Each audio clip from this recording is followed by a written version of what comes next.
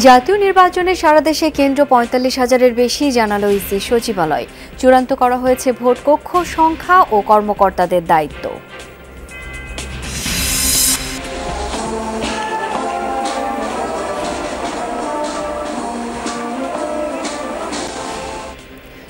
মালয়েশিয়ায় ডক্টর ইউনূস, আনোয়ার ইব্রাহিম দ্বিপাক্ষিক বৈঠকের পর যৌথ briefing.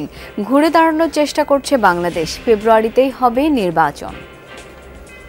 We restored the economy, we restored institutions to function within just about a year. So now we are ready for election. বিভ্রান্তি ছড়িয়ে নির্বাচনকে বিতর্কিত করার চেষ্টায় একটি গোষ্ঠী। মন্তব্য রিজভির। নির্ভয়ে ভোটদানের ব্যবস্থা করতে ডাক্তার জাহিদের গুরুত্ব আরোপ। জনগণ যার ভোট তাকে ইচ্ছা তাকে দিলে নিঃসঙ্গ চিত্তে নির্ভয়ে দিতে পারে এমন পরিবেশ হবে। মালিবাগের পার্কিংয়ে ডাবল মার্ডার এখনো রহস্যে ঘেরা। ময়নাতদন্তের পর মরদেহ হস্তান্তর। পরিকল্পিত হত্যাকাণ্ডের অভিযোগ স্বজনদের।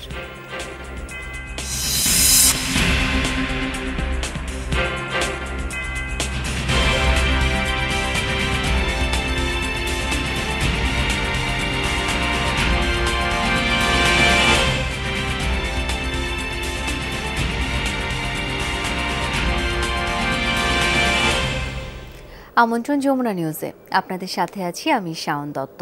এতক্ষণ শিরোনাম দেখছিলেন। আগামী সংসদ নির্বাচনে ভোট কেন্দ্র, কক্ষ ও দায়িত্ব পালনকারী কর্মকর্তাদের সংখ্যা চূড়ান্ত করেছে কমিশন। ইসি সচিবালয় জানিয়েছে, নির্বাচনে কেন্দ্র সংখ্যা ৪৫,০৯৮টি।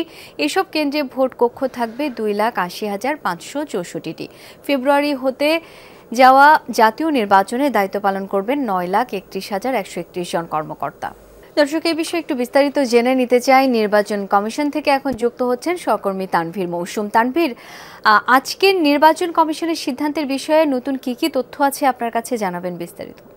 শাওন, আজকের যে নির্বাচন কমিশনের সিদ্ধান্ত সেটি মূলত আজকের নয়, গতকালকেই আসলে যে আরপিও সংশোধনীগুলো হয়েছে এবং যে সকল সিদ্ধান্তগুলো হয়েছে সে সকল সিদ্ধান্তগুলোরই আসলে আজকে আরও কিছু বিস্তারিত জানা গেছে। এবং সে অনুযায়ী যেহেতু আসলে এই নির্বাচনের সময়সীমার ব্যাপারে যখন প্রধান উপদেষ্টা জাতির উদ্দেশ্যে বক্তব্যের পর জানালেন এবং তারপর থেকে আমরা দেখেছি আসলে নির্বাচন কমিশনও কিন্তু তার আগ থেকেই আসলে একটি সুষ্ঠু নির্বাচনের জন্য আসলে তার আগ থেকেই তাদের তোড়জোড় ছিল, তাদের প্রস্তুতি ছিল এবং সে অনুযায়ী তারা কাজ করে যাচ্ছেন। এবং এই যে সারা দেশ জুড়ে বিভিন্ন ভোট কেন্দ্র এবং যে ভোট কক্ষগুলো রয়েছে সেগুলোর বিষয়ে যে সংখ্যাগুলো রয়েছে সেগুলোর বিষয়ে কিন্তু আপাতত তারা একটি তথ্য দিয়েছে এবং সেই তথ্যটি আমরা হাতে পেয়েছি। এবং নির্বাচন কমিশন সচিবালয় যে তথ্যটি জানাচ্ছে সে অনুযায়ী আসলে এই মুহূর্তে আসলে ভোট কেন্দ্রের সংখ্যা ৪৫,০০০-এর কিছু বেশি। এবং সেখানে যদি ভোট কক্ষের কথা বলি, ভোট কক্ষের সংখ্যা সেখানে ২,৮০,০০০-এর কিছু বেশি। এবং আরেকটি বিষয় হচ্ছে যে ভোট গ্রহণ কর্মকর্তা, যেহেতু আমরা জানি যে আসলে নির্বাচনে ভোট গ্রহণ কর্মকর্তারা একটা বড় দায়িত্ব পালন করবেন এবং সরাসরি প্রত্যক্ষভাবে তারা এই নির্বাচনের দায়িত্বের সাথে যুক্ত থাকবেন এবং নির্বাচনের যে কার্যক্রম থাকবে, ভোট গ্রহণ যে কার্যক্রম থাকবে সেটার সাথে তারা যুক্ত থাকবে। সেহেতু সেখানে কিন্তু ভোট গ্রহণ কর্মকর্তা কজন থাকবে সেটার বিষয়েও কিন্তু আসলে নির্বাচন কমিশন একটি তথ্য দিয়েছে এবং তাদের সর্বশেষ যে হিসাব সেই হিসাব অনুযায়ী, সেই সংশোধনী অনুযায়ী ভোট গ্রহণ কর্মকর্তার সংখ্যা হচ্ছে ৯,৩১,১৩১ জন। এবং সে অনুযায়ী কিন্তু আসলে এই যে তথ্যপাত্র সে অনুযায়ী কিন্তু আসলে নির্বাচন কমিশন কাজ করে যাচ্ছে। এছাড়াও আজকে যে একটি নির্বাচন পর্যবেক্ষক দল, সেই নির্বাচন পর্যবেক্ষক দলও কিন্তু আজকে এসে নির্বাচন কমিশন এবং যে কমিশনের সদস্যরা রয়েছেন তাদের সাথে সাক্ষাৎ করে গেছেন। তবে তারা সাক্ষাৎ করার পর, বৈঠকের পর তারা বের হয়ে গেল, তারা কিন্তু গণমাধ্যমের সাথে কেউ কথা বলেননি। তবে আমরা এখনও অপেক্ষায় আছি যে নির্বাচন কমিশন সচিবালয় থেকেও যদি কেউ কথা বলেন আমরা তাদের সাথে কথা বলার চেষ্টা করবো এবং জানার চেষ্টা করব এই পর্যবেক্ষক সংস্থাদের পক্ষ থেকে আসলে কি কি বিষয়ে আলোচনা হয়েছে। ধন্যবাদ আপনাকে। অর্থনীতি সহ সব ক্ষেত্রে ঘুরে দাঁড়ানোর চেষ্টা করছে বাংলাদেশ। আগামী ফেব্রুয়ারিতে জাতীয় নির্বাচন। মালয়েশিয়ার প্রধানমন্ত্রী আনোয়ার ইব্রাহিমের সঙ্গে দ্বিপাক্ষিক বৈঠক শেষে যৌথ ব্রিফিংয়ের সময় এমনটাই বলেছেন প্রধান উপদেষ্টা ডক্টর মোহাম্মদ ইউনূস। সফরে মালয়েশিয়ার সাথে প্রতিরক্ষা, জ্বালানি ও হালাল খাদ্য সহ 5টি বিষয়ে সমঝোতা স্মারক সই করেছে বাংলাদেশ। ব্রিফিংয়ে বাংলাদেশের তরুণদের শিক্ষা ও কর্মসংস্থানের সুযোগ করে দেয় মালয়েশিয়া সরকারের প্রতি কৃতজ্ঞতা জানান প্রধান উপদেষ্টা।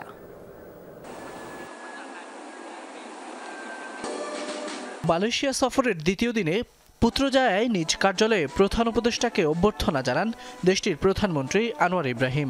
দেয়া হয় লালগালিচা সংবর্ধনা ও গার্ড অব অনার।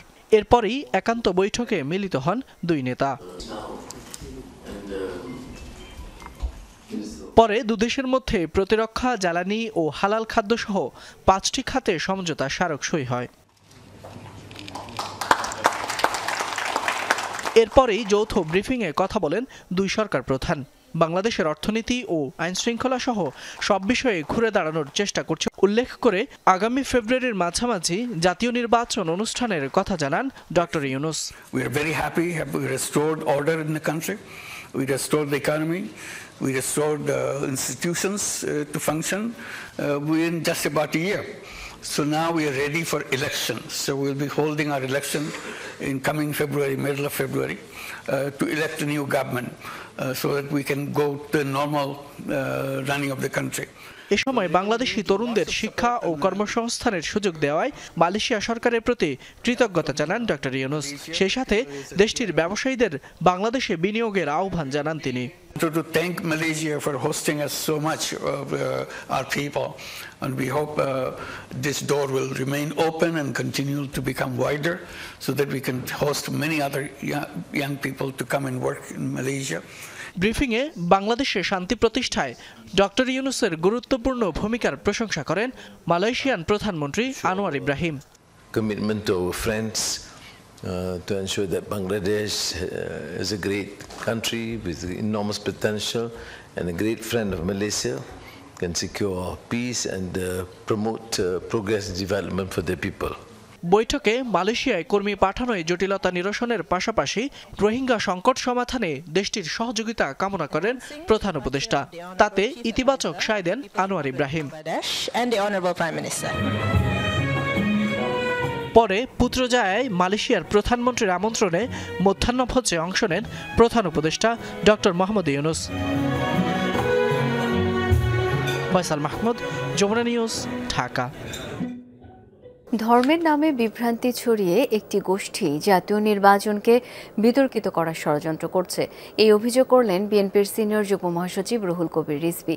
সকালে বনানী কবরস্থানে আরাফাত রহমান কোকোর জন্মবার্ষিকীতে শ্রদ্ধা নিবেদন শেষে কথা বলেন তিনি। এ সময় চাঁদাবাজ দখলদারদের বিরুদ্ধে সরকারকে সোচ্চার হওয়ার আহ্বান জানান বিএনপির এই নেতা। বলেন, রাজনৈতিক প্রতিহিংসার শিকার আরাফাত রহমান কোকো। দেশে স্বাভাবিক রাজনীতি থাকলে তার এই অকাল মৃত্যু হতো না।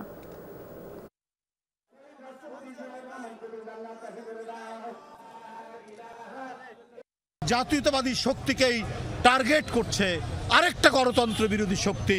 তারা নানাভাবে নানা কায়দায় ধর্মের নামে এই সমস্ত বিভ্রান্তিমূলক কথাবার্তা বলছে।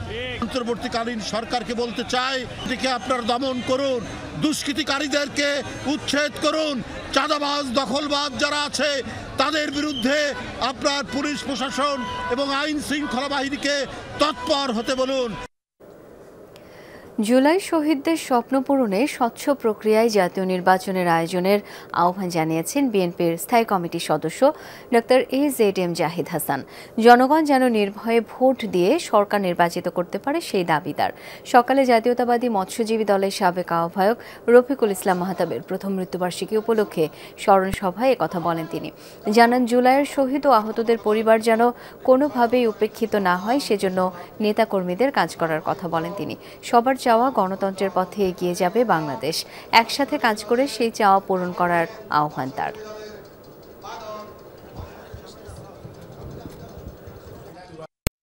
ভোট এমন উৎসব মুখর পরিবেশে একটা স্বচ্ছ নির্বাচন প্রক্রিয়ার মাধ্যমে ভোট হতে হবে, যেখানে জনগণ যার ভোট তাকে ইচ্ছা তাকে দিবে, নিঃসঙ্গ চিন্তে দিবে, নির্ভয়ে দিতে পারে, এরকম একটি পরিবেশ হবে। পরিকল্পিতভাবে বিচার বিভাগকে অস্থিতিশীল করতে খায়রুল হকের জামিন শুনানিতে হট্টগোল করা হয়েছে বলে অভিযোগ করেছেন বিএনপির আইনজীবীরা। দুপুরে বিচার কার্যে ফ্যাসিবাদের দোসরদের বিশৃঙ্খলার প্রতিবাদে সুপ্রিম কোর্ট প্রাঙ্গণে বিক্ষোভ মিছিল সমাবেশ করে জাতীয়তাবাদী আইনজীবী ফোরাম। এ সময় ফোরামের নেতারা বলেন, দিল্লিতে বসে শেখ হাসিনা হাজার হাজার কোটি টাকা খরচ করে বহিরাগতদের সঙ্গে নিয়ে বিচার বিভাগ ও দেশকে অস্থিতিশীল করার ষড়যন্ত্র করছে। এক্ষেত্রে তাদের হয়ে কাজ করছেন কয়েকজন সিনিয়র আইনজীবী। এজলাসে রাষ্ট্রপক্ষের আইনজীবীকে মারধর করা হয়েছে দাবি করে এর বিচার চান তারা। এ সময় ফোরামের মহাসচিব প্রধান বিচারপতির কাছে আইনজীবীদের নিরাপত্তার দাবি জানান।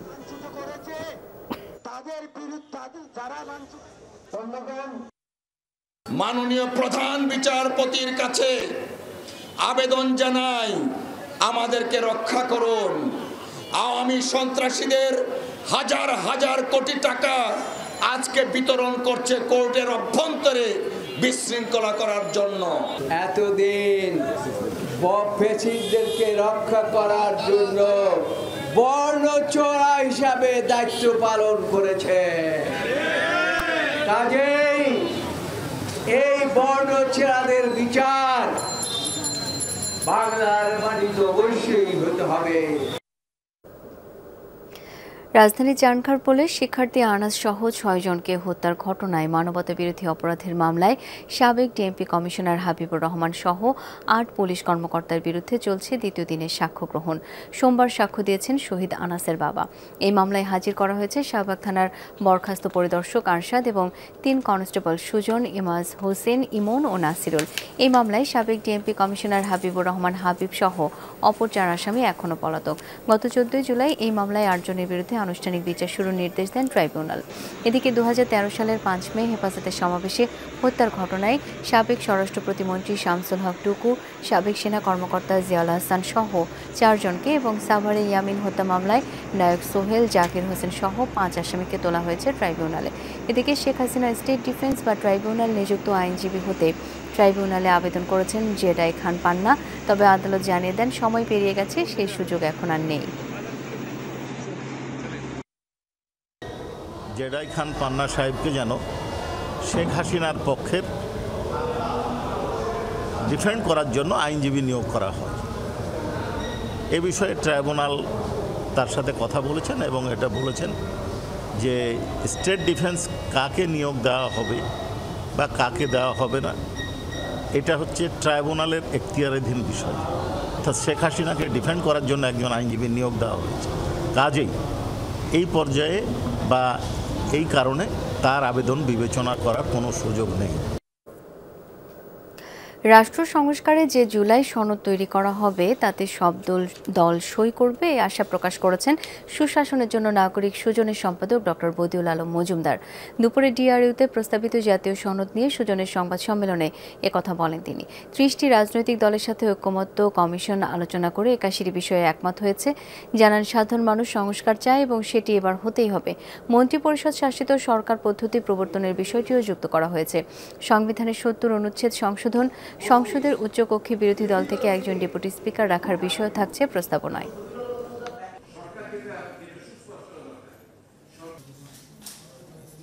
এতগুলো সংস্কার কমিশন গঠিত হয়েছে, ঐক্যবদ্ধ কমিশন গঠিত হয়েছে, রাজনৈতিক দলের সাথে আলাপ আলোচনা করে একটা জুলাই জাতীয় সনদ প্রণয়নের প্রচেষ্টা চালানো হচ্ছে এবং আমরা সুজনের পক্ষ থেকে এই প্রচেষ্টাকে সহায়তা করার জন্যেই আমরা এই কাজটা করছি।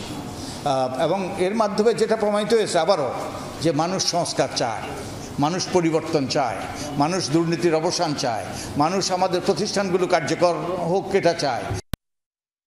হাসপাতালের পার্কিংয়ের একটি প্রাইভেট কার থেকে 2 যুবকের রহস্যজনক মরদেহ উদ্ধারের পর স্বজনদের অভিযোগ এটি পরিকল্পিত হত্যাকাণ্ড। যুক্তরাষ্ট্রে পাঠানোর কথা বলে এজেন্সি 25 লাখ টাকা নিয়েছে, সেই টাকা ফেরত চাওয়ায় হত্যা করা হয়েছে তাদের। তবে পুলিশ অস্বাভাবিক কিছু দেখছে না বলে দাবি করেছে। রাজধানীর মালিবাগের ডাক্তার সিরাজুল ইসলাম মেডিকেলের পার্কিংয়ে থাকা একটি প্রাইভেট কারের ভেতর থেকে সোমবার উদ্ধার হয় 2 পুরুষের মরদেহ। নিহত জাকির হোসেন ও মোহাম্মদ মিজান নোয়াখালীর চাটখিলের বাসিন্দা। ঢাকায় ভাড়া গাড়ি চালান জাকির। মিজান দীক্ষা নিচ্ছিলেন ড্রাইভিংয়ের। গাড়ির ভেতরেই দুজনের নিথর দেহ পাওয়া যায়। মঙ্গলবার মর্গে মরদেহ নিতে আসেন মিজান ও জাকিরের স্বজনেরা। জানান যুক্তরাষ্ট্রে যেতে কয়েক বছর আগে একটি এজেন্সিকে 25 লাখ টাকা দেন জাকির। যেতে না পেরে ফেরত চান সেই টাকা। এতে মারধরের পাশাপাশি কয়েকবার হত্যার হুমকি দেওয়া হয় তাকে। গত 10 আগস্ট টাকা নিতে গিয়ে খুন হয়েছেন তারা। 10 তারিখে এরা 10 লক্ষ টাকা নিয়ে আসবে, আমার ছেলেরে দিব।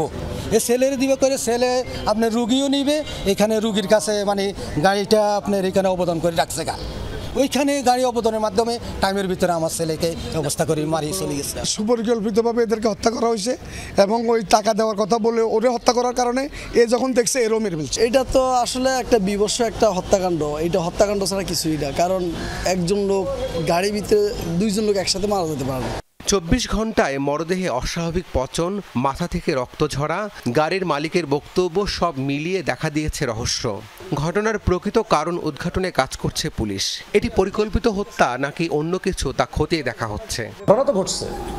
ঘটনা ঘটছে, এখন এখানে কিভাবে ঘটলো, কেন ঘটলো, এটার অ্যান্সার তো আসলে এই মুহূর্তে আমার পক্ষে দেওয়া সম্ভব না। এটা হচ্ছে আসলে পোস্টমর্টম রিপোর্ট, ওই ভিসেরা রিপোর্ট বা কেমিক্যাল এক্সামিনেশন রিপোর্ট এবং এর সাথে সিআইডির যে এক্সপার্ট টিমের যে রিপোর্ট, এগুলো সব মিলে না হলে তার আগে পর্যন্ত আমি কিছু বলতে পারবো না। প্রাথমিক তদন্তে অস্বাভাবিক কিছুই পাওয়া যায়নি বলে জানিয়েছেন এই পুলিশ কর্মকর্তা।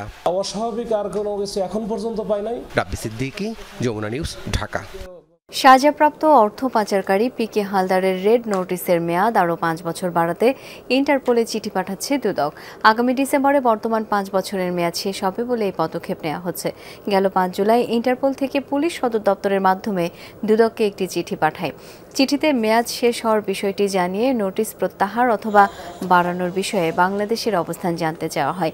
তারই প্রেক্ষিতে দুদক এই চিঠি পাঠাচ্ছে। ভারতে কারাবন্দী পিকে হালদারকে একটি মামলায় বাংলাদেশের আদালত 22 বছরের কারাদণ্ড দিয়েছেন। তার বিরুদ্ধে দুদকে অর্ধশতাধিক মামলা ও তদন্ত চলমান। অর্থনীতি আগের তুলনায় স্থিতিশীল, তবে অনেকের আশা পূরণ করা যায়নি। সাংবাদিকদের সাথে মতবিনিময় অনুষ্ঠানে এই মন্তব্য করেছেন অর্থ উপদেষ্টা ডক্টর সালেউদ্দিন আহমেদ। ফেব্রুয়ারিতে নতুন সরকার আসার পরও ভালো কাজের ধারাবাহিকতা থাকবে বলে তিনি আশাবাদী। রাজস্ব আদায় এখনো চ্যালেঞ্জ আছে। এই চ্যালেঞ্জটা আমরা যে 7.5 জিডিপি রেশিওটাকে সাথে আমরা চেষ্টা করছি বাড়াতে, তবে এখানে চেষ্টা করছি করাপশন যেন না হয়, এনবিআর লোকজন যেন আরেকটু কর্মতৎপর হয়, এনবিআর ট্যাক্স, নন ট্যাক্স রেভিনিউ আমরা আদায় চেষ্টা করছি। কারণ আশা করি মোটামুটি কিন্তু আমরা এই সামনের দিকে আমরা এগিয়ে একটু বেটার করব। সফল অস্ত্রোপচার শেষে বাড়ি ফিরেছেন জামায়াত ইসলামীর আমির ডাক্তার শফিকুর রহমান। মঙ্গলবার বেলা 11টা নাগাদ বাড়ির উদ্দেশ্যে রওনা হন তিনি। আমিরকে সংবর্ধনা জানাতে হাসপাতালের সামনের রাস্তায় জড়ো হন নেতাকর্মীরা। তার আগে হাসপাতাল প্রাঙ্গণে সাংবাদিকদের সাথে কথা বলেন জামাতের কেন্দ্রীয় নেতারা। জানান তিনি এখন পুরোপুরি সুস্থ আছেন এবং দেশবাসীর কাছে দোয়া চেয়েছেন। 2 সপ্তাহ বিশ্রামের পর তিনি জনসম্মুখে সক্রিয় হবেন বলেও জানান দলটির নায়েবে আমির সৈয়দ আবদুল্লাহ মোহাম্মদ তাহের। দর্শক, এই ছিল যমুনা নিউজে।